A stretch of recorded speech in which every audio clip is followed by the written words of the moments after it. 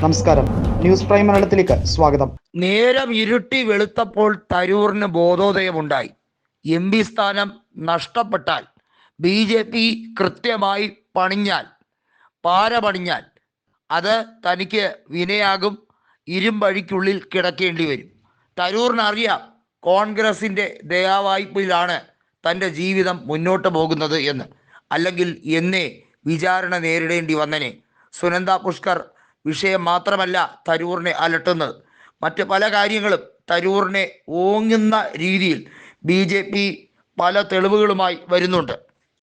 അടിയന്തരാവസ്ഥ കാലഘട്ടത്തെക്കുറിച്ചും ഇന്ദിരാഗാന്ധിയുടെ നയങ്ങളെക്കുറിച്ചും എല്ലാം എതിർത്ത് സംസാരിക്കുന്ന തരൂർ ഏറ്റവും ഒടുവിൽ ഗാന്ധി വധവുമായി ബന്ധപ്പെട്ട വിഷയത്തിലും വ്യത്യസ്ത നിലപാടുമായി BJPയെ സംഘപരിവാറിന് വെള്ളപൂശാൻ ഒരു ശ്രമം നടത്തി നോക്കി.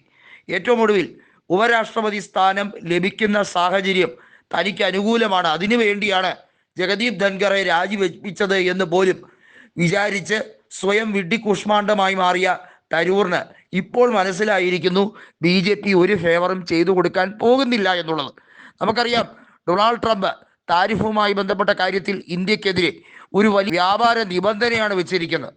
റഷ്യൻ എണ്ണ വാങ്ങിയാൽ ഉണ്ടാകുന്ന ഭവിഷ്യത്തിനെ കുറിച്ച് പറഞ്ഞു. $90 ബില്യൺ വ്യാപാരമാണ് ഇന്ത്യയും US തമ്മിൽ ഇപ്പോൾ ഉള്ളത്. അതിനെ വെട്ടിച്ചുരുക്കാൻ ഇന്ത്യ ആഗ്രഹിക്കുന്നില്ല. US എന്നാൽ ഇന്ത്യൻ സാമ്പത്തിക സ്രോതസ്സിനെ നിർവീര്യമാക്കാം, അല്ലെങ്കിൽ അതിനെ ഞെരുക്കിക്കളയാം എന്ന് വിചാരിച്ച് മുന്നോട്ട് വരുമ്പോൾ ഇന്ത്യൻ പ്രധാനമന്ത്രിക്കും ഇന്ത്യയുടെ വിദേശകാര്യമന്ത്രിക്കുമാണ് കാര്യങ്ങൾ മനസ്സിലാകാത്തത് എന്ന ട്രംപിൻ്റെ പ്രസ്താവനയോടാണ് തരൂർ വ്യക്തമായ നിലപാട് പറഞ്ഞത്. അമേരിക്കൻ പ്രസിഡന്റ് ഡൊണാൾഡ് ട്രംപിൻ്റെ മാത്രമല്ല ഈ ലോകം, യൂറോപ്യൻ യൂണിയനുമായും പല ചർച്ചകൾ നടക്കുന്നുണ്ട്. രാഹുൽ ഗാന്ധി പറഞ്ഞ വാക്യങ്ങളോട് ആദ്യം എതിർപ്പ് പ്രകടിപ്പിച്ച അതേ തരൂർ തന്നെ ഇപ്പോൾ പറയുന്നു അദ്ദേഹം പറഞ്ഞ കാര്യങ്ങൾ ശരിവെക്കേണ്ടതാണ്. തെരഞ്ഞെടുപ്പ് കമ്മീഷനുമായി ബന്ധപ്പെട്ട കാര്യത്തിലായിരുന്നാലും അമേരിക്കയുമായുള്ള വ്യാപാര നിലപാടിൻ്റെ പേരിലായിരുന്നാലും രാഹുൽ ഗാന്ധി എടുത്ത തീരുമാനം, തൻ്റെ പാർട്ടിയുടെ കക്ഷി നേതാവ് കൂടിയായിട്ടുള്ള രാഹുൽ ഗാന്ധിയുടെ തീരുമാനം അദ്ദേഹത്തിൻ്റെതായ ശരികളിൽ നിന്നുകൊണ്ടാണ്. ആ ബോധ്യത്തെ ചോദ്യം ചെയ്യാൻ തനിക്ക് അധികാരമില്ല എന്നുള്ളതും താൻ അതിൽ താല്പര്യപ്പെടുന്നില്ല എന്നുള്ളതും ശശി തരൂർ ഉറപ്പിച്ച് പറയുകയാണ്. ശശി തരൂറിന് ബോധ്യമുണ്ട് MP സ്ഥാനം നഷ്ടപ്പെട്ടാൽ എപ്പോൾ വേണമെങ്കിലും വിചാരണ നടപടികൾ ഉൾപ്പെടെ ഉണ്ടാകാം. BJP നേതൃത്വത്തിൽ ഒരു പറ്റം ആളുകൾ തൻ്റെ നാശത്തിനായി കാത്തിരിക്കുന്നു. കൃത്യമായി അവർക്ക് പ്രതികാര ബുദ്ധിയാണുള്ളത്, അത് വ്യക്തമായി കഴിഞ്ഞിരിക്കുകയാണ്.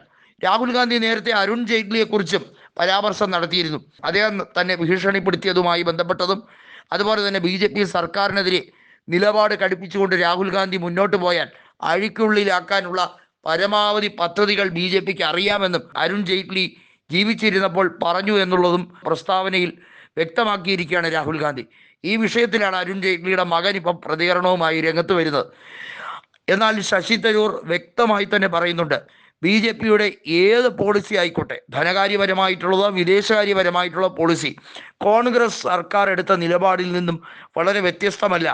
അവർ അതിനെ ഉദ്ദീപിപ്പിക്കുന്നു, പർവ്വതീകരിച്ച് കാണിക്കുന്നു. അതല്ലാതെ അവർക്ക് എന്താണ് സ്വന്തമായി നേട്ടം പറയാനുള്ളത്? തരൂർ U-ടേൺ അടിച്ചിരിക്കുകയാണ്. അപ്പോഴാണ് തനിക്ക് അമളി പറ്റിയത് എന്നത് തിരിച്ചറിയുന്നു. അപ്പോൾ തരൂർ U-ടേൺ അടിച്ചു കളയും. 360 ഡിഗ്രിയിലെ മലക്കം മറിച്ചിൽ എന്നൊക്കെ വേണമെങ്കിൽ പറയാം. ഇത് വല്ലാത്തൊരു ചെയ്ത്ത് തന്നെയാണ് എന്ന് പല രാഷ്ട്രീയ നിരൂപകരും മനസ്സിലാക്കുന്നു.